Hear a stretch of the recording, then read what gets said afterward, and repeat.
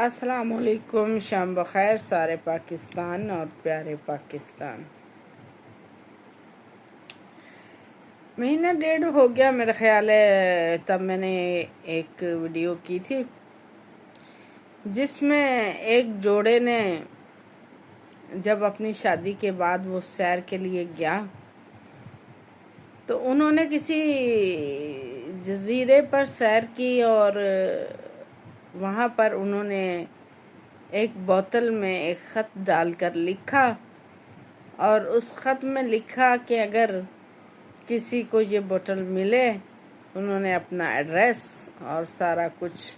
اس میں لکھ دیا تھا، اپنی معلومات، تو ہمیں یہاں پر وہ جوابی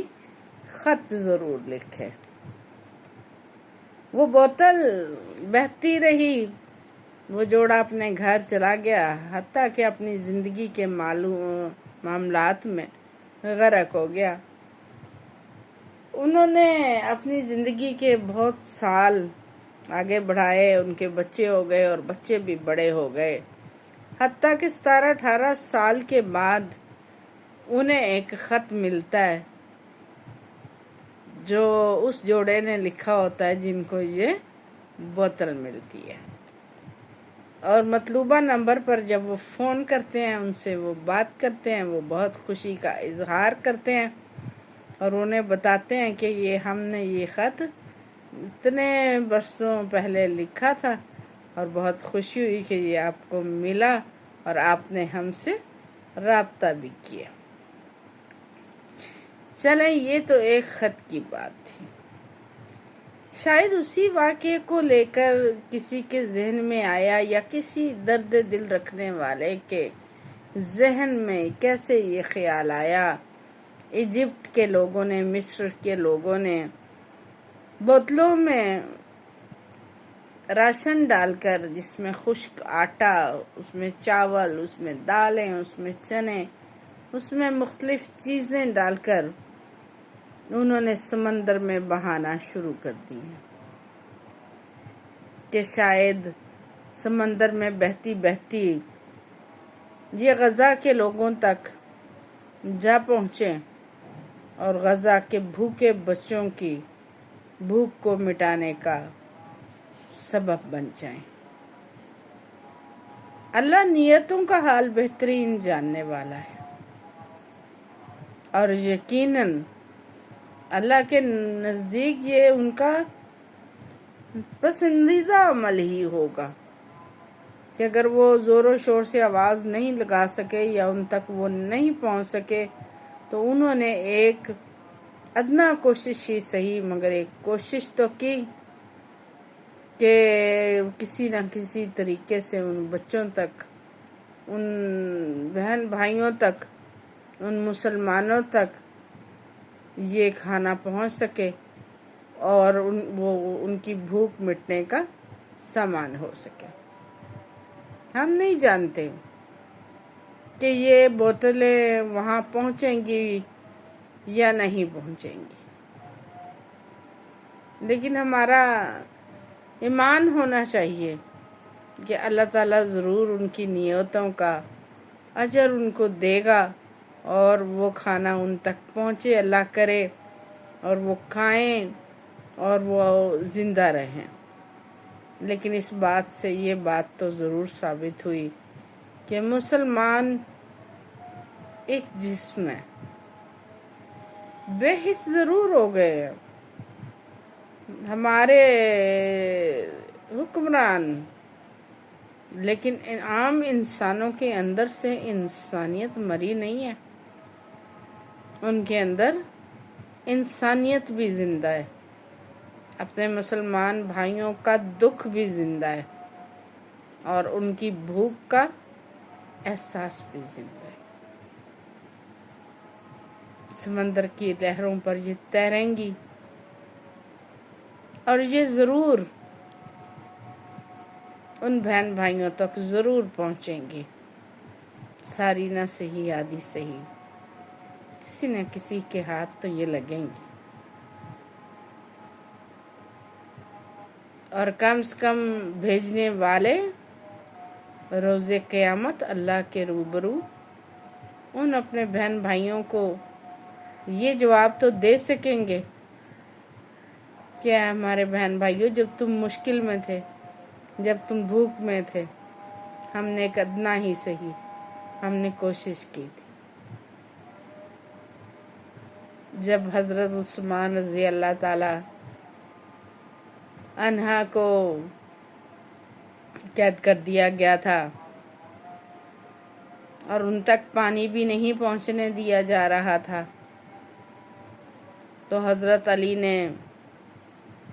اپنا پٹکا جو ہے اس کو اچھالا تھا،